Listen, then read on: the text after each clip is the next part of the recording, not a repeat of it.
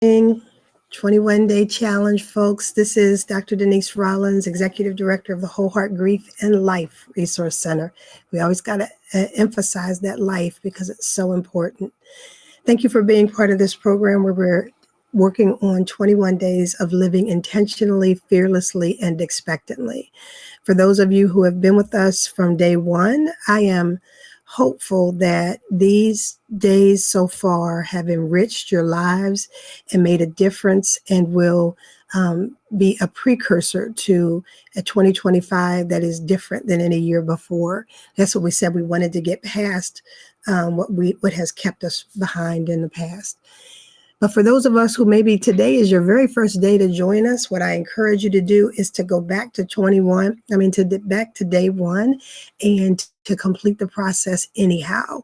And no matter what day you start, I hope that you get something from this because can I tell you, it has changed the way I think and the way I'm moving in 2025. And I'm pretty proud of that. So today is Sunday. And Sunday is supposed to be a day of rest and restoration. So for those of you who are out there, I would love to hear how you're going to rest and restore yourself today. Even if it's something small, setting that goal and actually achieving it can be powerful. So if you have some ways that you're going to rest and restore yourself today, I'd love for you to share it in the comments. Good morning, Barbara. Thank you for joining us and being part of the family today. All right, so let's talk about yesterday. I asked a question on day 19. Was it yesterday, day 19? Today is day 19. I asked a question on day 18. Sorry about that. I wanted to know who you needed to be in order to achieve your goals. And some of you may have had to give that a lot of thought. This is an identity question. And I think sometimes our identity is so wrapped up in what other people think and believe and what they said about me when I was a child or what the poor thoughts that I think about myself. And we don't really say that we have the power to decide what our identity will be. So I'm deciding who I'll be in 2025 and maybe beyond by being intentional about stating that. And so if you got a chance to do that, I would love for you to share it in the comments.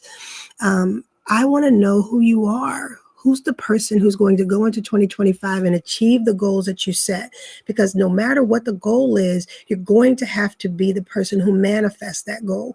And that requires some level of intentionality.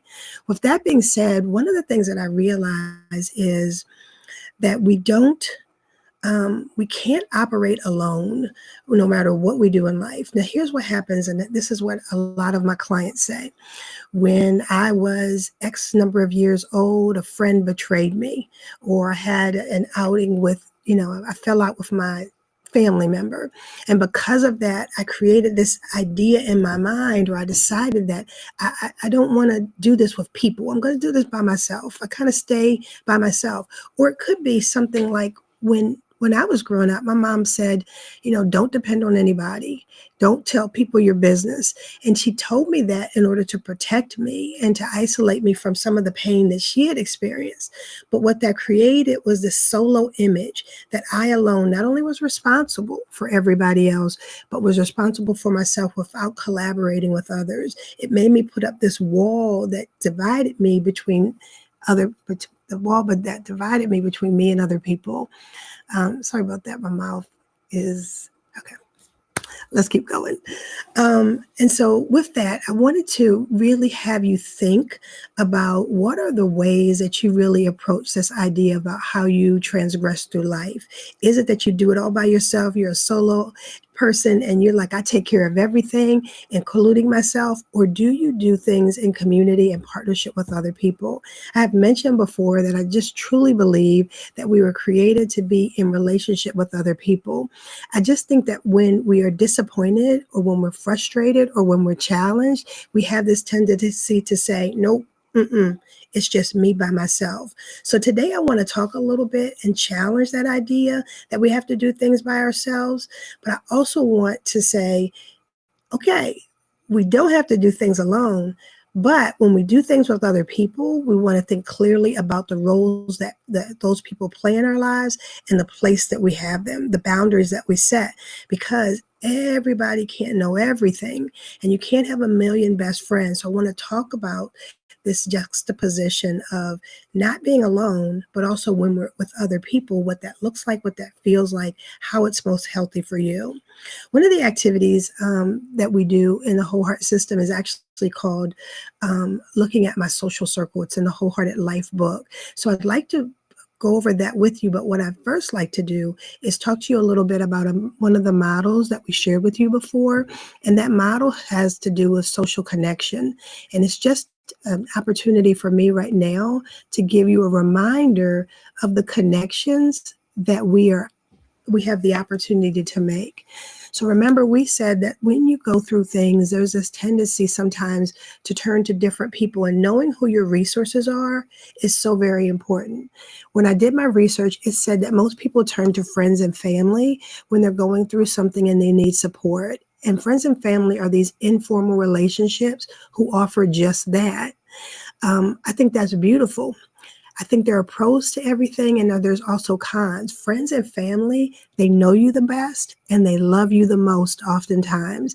And so these are the great people to go to when you're going through something so that you can have this listening and caring ear.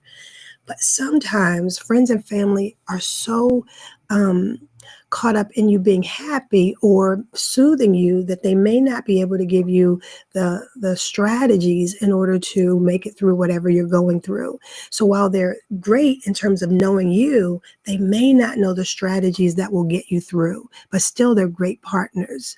So what happens is, if you need someone outside of friends and family, you have these two other choices. You have therapists and counselors who are trained to clinically provide assistance for something that you're going through, so they can diagnose what's wrong and give you the opportunity to work through and get it right. Closely related but different from that are life coaches. Many people have heard about that. And coaches are, I think, a great middle place between therapists and counselors and families and friends. It's a more familiar relationship, but at the same time, they have these tools and strategies like a whole heart conflict resolution model to help you work through what you're going through. It is so important that you know these are the resources that you have available.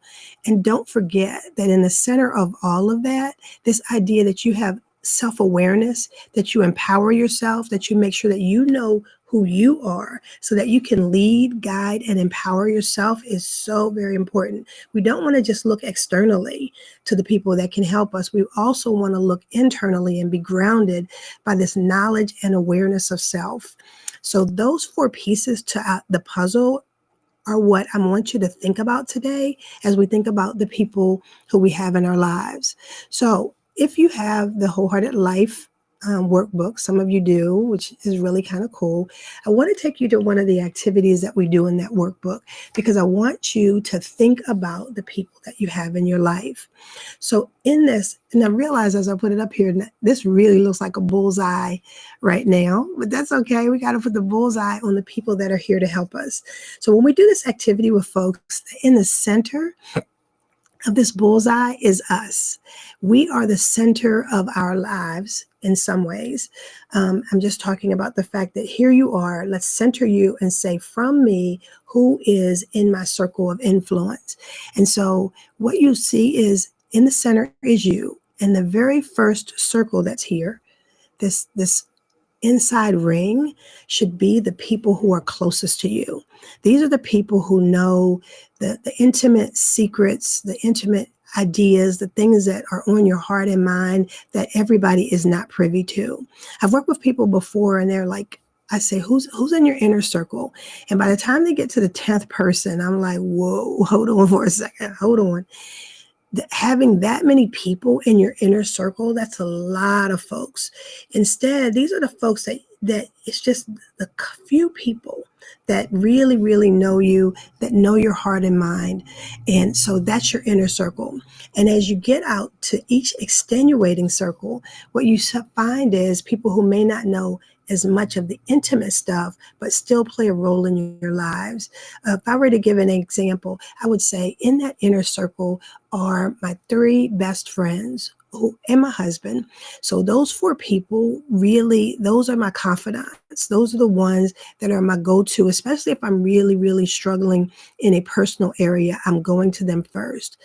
In the next layer is probably my coach. I have 2 coaches, and my 2 coaches are there. They know a lot about me. They're not familiar like a family member, but yet they're still in this intimate level of folks that I interact with.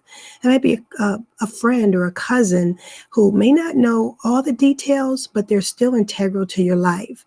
And as you get to that 3rd ring that you have, it might be somebody who still is there. We have dinner twice a year. We have a good time. We share some things, but they're not as close as someone in your inner circle. And then outside the circle may be a few people who they are still very present in your life. I had that happen with me before, that I had someone who was in my inner circle, but yet there was a couple experiences that I learned this person doesn't really keep confidences in the way that I need them to, and doesn't really look out for me as much as I looked out for them. So that person is still in my life, because for me, nobody is really disposable, but they're in an outer circle, that they're there. I kind of know who they are. I kind of know the role that they play. I still love them. I just love them for who they are instead of who I need them to be in my life. So here's this idea that I want you to take away from this, is that we have these social circles, and that the people who surround us, I want you to remember that you're in the center of it. You've got this inner circle, and then you have these other levels of folks who are helping you, who may be in your life for whatever reason. Why am I saying all of that?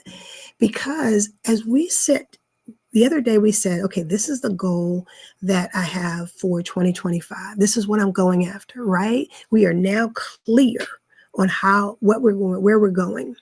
The second question I asked you is, who do I need to be? I got this goal. I already know the direction, but now I got to figure out, who do I need to be in order to get to that place? I believe that the next question we have to ask ourselves is, who do I need to surround myself with? Who do I need to surround myself with in order to get to where I'm going and to be the person that I am supposed to be in achieving that goal? And I think that's an important question, because again, we don't do anything by ourselves. We are always doing something in community, in conjunction with other people. And when I did my dissertation research, what it said was that oftentimes when people were going through, that's where we just push people away. I don't need you. But this is the time that you need other people the most, not only when you're going through a challenge, but also when you decide this is a good thing that I'm moving towards. I'm just curious though, as I say all of that, have any of you ever had that experience where you either push people away, or you decide in your mind, I just don't need other people? And if you did, I'm curious as to how it helped you or how it harmed you. As I say that, I want to go back to some of the comments. I see Kimberly says, rejoicing with Kingdom Life Cathedral, enjoying baking lemon cake. Sounds good. Sounds good to me. Roast collard greens, rice and gravy. So that's how she's resting and replenishing today. And then Mary says, I do things by myself, but I do reach out to my inner circle to get their input. And so I'm so very glad that you said that, Mary, because I want to make sure that I'm not creating this image that we can't do anything by ourselves. I'm absolutely an introvert. And so the way that I recharge is by the time that I spend by myself. When I get done doing something like this and facilitating, I need a moment by myself. Yet at the same time, like Mary, I know when to call in people who I absolutely need. So that being said, I wanted to take you back and make sure that you know what the question is for day 19. The question is, Who do I need to surround myself with in order to achieve my goals for 2025? And I think it's not just achieving your goals, but it's being the person that you're called to be this year. We have to surround ourselves. Now, when I go back to the image that I had just shared with you, I said it looked a little bit like a bullseye because what I was doing is dividing our lives into a multitude of areas. And I want to tell you more about that in a second. I'm going to go to my own sheet. You know, I keep asking myself the question and filling it out. So when I said, who do I need to surround myself with? Or who do I need to surround me as I pursue my goals? What I realized is that I need people in different areas because remember, for me, my goal is I wanted to lead Whole Heart in a way that allowed us to really make a quantum leap and achieve everything that there is for us this year. And so in order for me to do that, I need help in multiple areas. And so what I did is I started out by naming those multiple areas. If I'm going to lead Whole Heart, this is truly a business.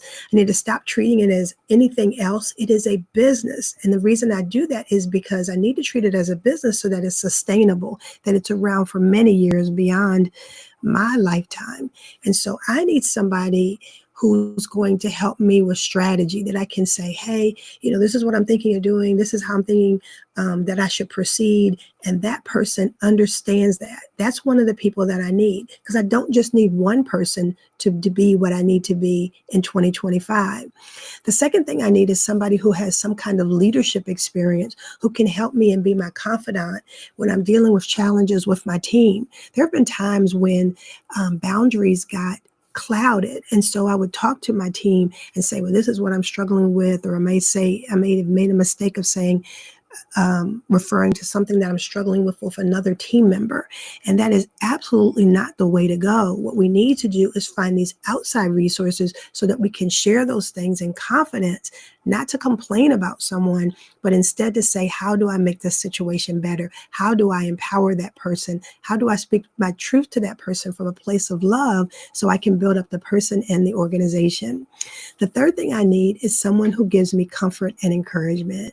Can I tell you sometimes, folks, that when we are leading efforts, when we're leading organizations, when we're taking that front role, that on the outside looking in, it looks like, oh, that's kind of cool. She gets to tell people what to do. People get to, people work with her, and that's really nice. But that can be very isolating, and it can be very heavy at times. And I need somebody who can say, you know what?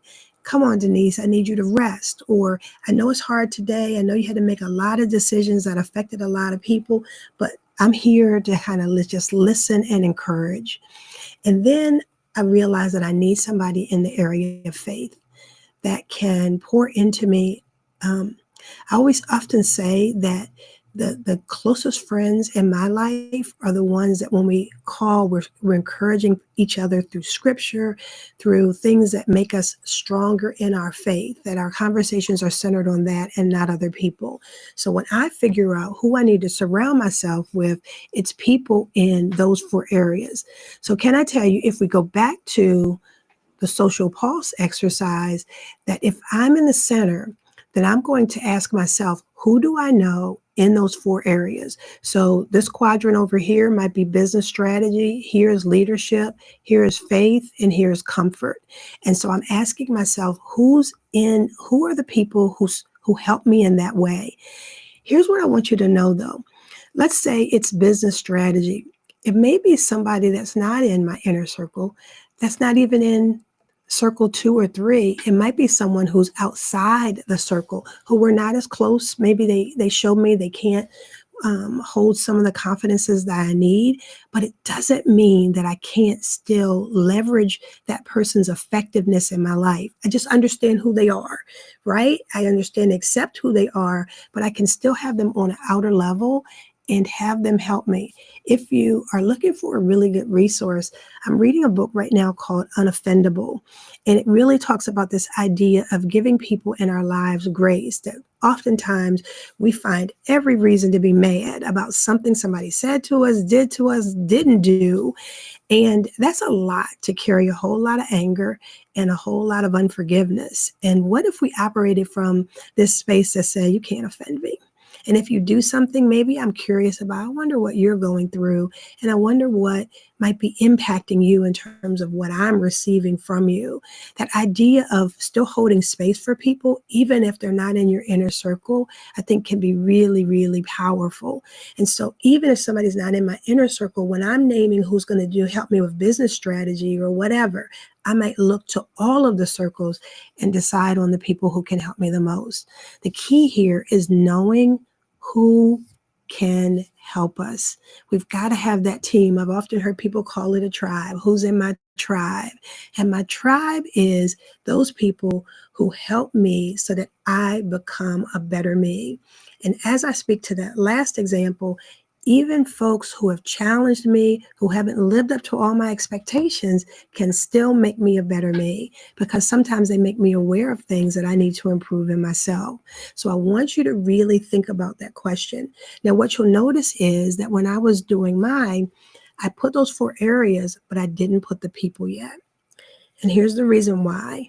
I want you to really think on this today. I think you're going to immediately say, oh, here are the people that I need. And you might not have 4 categories. You might just say, I just need 2 people, one on my left and one on my right. That's the way you describe it. But when you think, I want you to really think about it. I don't want you to just pop off and say, this is the person. I want you to think about it throughout the day. And by tonight, say, these are the areas that I need some help with. These are the folks that I identify, and name them so that we can then process it tomorrow. I hope it makes sense to you that we are going to do this thing together in community so that we can actually be stronger. I want to also make sure that I acknowledge some of the comments here, because I want to go first to Barbara. And she says, I tend to be a loner, but have a couple of friends that I reach out to chat with and dine together. Yes. And Barbara, that is often where we are, especially if we're introverts. But again, it's powerful when you can connect, but also be by yourself. I think Denise is saying, I do things alone. My circle is changing because I found out that I wasn't surrounded by people who care for me as much as I care for them. And Denise, I hear that. Denise, you're a coach, and you probably hear the same thing. I hear that a lot, that I've realized that who I have around me is maybe not the people who enhance me. So here's what I say to that when we did that social circle, you're at the very center, and that inner circle is often the area that I find people saying, you know what, I've got to move some people out of that inner circle because they're not necessarily feeding me in the way that I need them to. And so they therefore move them to an outer circle just to acknowledge their place in your life. And I'm going to say that, Denise, too, because there are people who have done, they might not be perfect. They may have hurt me a little bit, but they're also at certain times in my life, they really, really helped me. Or, my dad died and they called me every single day. But since then, maybe I've realized that they're not as perfect in other ways, and maybe not my inner circle, but I still want to acknowledge their presence in my life and what they did in the past. But readjusting that circle is very, very important. Okay, I want to see the next one just to make sure I get the comments, because I love it when you comment. Lois says, I sometimes depend on my inner circle too much, always needing their input and advice, not trusting myself. Oh my goodness, Lois, you have read my heart and my mind. I've had to learn recently to stop that. Like, I'm always worrying about what other people think and their opinion, and I'm running to tell the story, and I'm learning to be more reflective. That doesn't mean that I don't go and run and tell people, but maybe whereas in the past, I'm talking about these 10 things that happened to me, now it's maybe only these 2 things, because I have a chance to rest and reflect and really process it myself. And it's strengthened me. And so I love that you actually mentioned that. I see where Barbara says, relaxing today with family after church service, watch the Ravens football game, go Ravens, and just chill. I love that. I absolutely love that. And then Kim says, my few spiritual, faithful, loving friends. Absolutely. And with that, understand that those few faithful, loving friends are your inner circle, but you have other people in your circle. And I have some girlfriends that I just once or twice a year we get together with. And so that's the reason why I say don't dismiss those folks. I have people that I used to work with, I only talk to once every couple of years. I don't dismiss them. They're just in an outer circle. And let me, as I say that, there are some people who are in my inner circle who I don't talk to regularly, and that's okay. But when we pick up the phone, it's as if no time has passed and we still connect. So it's not about quantity, it's about the quality of a relationship. And I really want to make sure that we understand that. And the last thing is, Barbara says, so grateful that I have the circles in my life, but we'll definitely review and update. Absolutely. And that to me is something that we do on a periodic basis, that we realize, okay, let me see where people stand in my life. And here's the last thing I'll mention about that social circle, that when we kind of identify, these are the key people, and I'm going to identify who's in what place. It's a good reminder that some of those people pick up the phone and just say, hey, let's say it's a snow day. And you're like, you don't have anything else to do besides watch TV, and that's not going to feed your soul in most cases. Pick up the phone and just say, hey, I'm just checking on you and just wanted to say hi. Because I think sometimes the expectation that we have for other people of how great a friend they should be, if we're really thinking about it, am I as good of a friend as I expect of other people? And if I'm honest about it, sometimes I'm not. I want them to be there for me, but there are times that I have not been there for them. So I use the social circle as this opportunity for me to self-assess and also to connect. And those two can really, really be helpful. All right. Well, we remember the question, who do I need to surround myself with in order to be the person I'm supposed to be and achieve the goals that I want to achieve for 2025? I want you to process that. Tomorrow is day 20. And can you believe that? And then with that, I want you to, don't forget, if you want to do the word board, please begin putting that together. It doesn't have to be a finished board, but even if you just, go out and find how I want to do it, if you choose to do it, I think it would be really great as a way to commemorate what we're doing here together. All right. Well, I thank you, each and every person, for joining us. I hope you have a phenomenal day. And if you need us, all you got to do is reach out. You take care.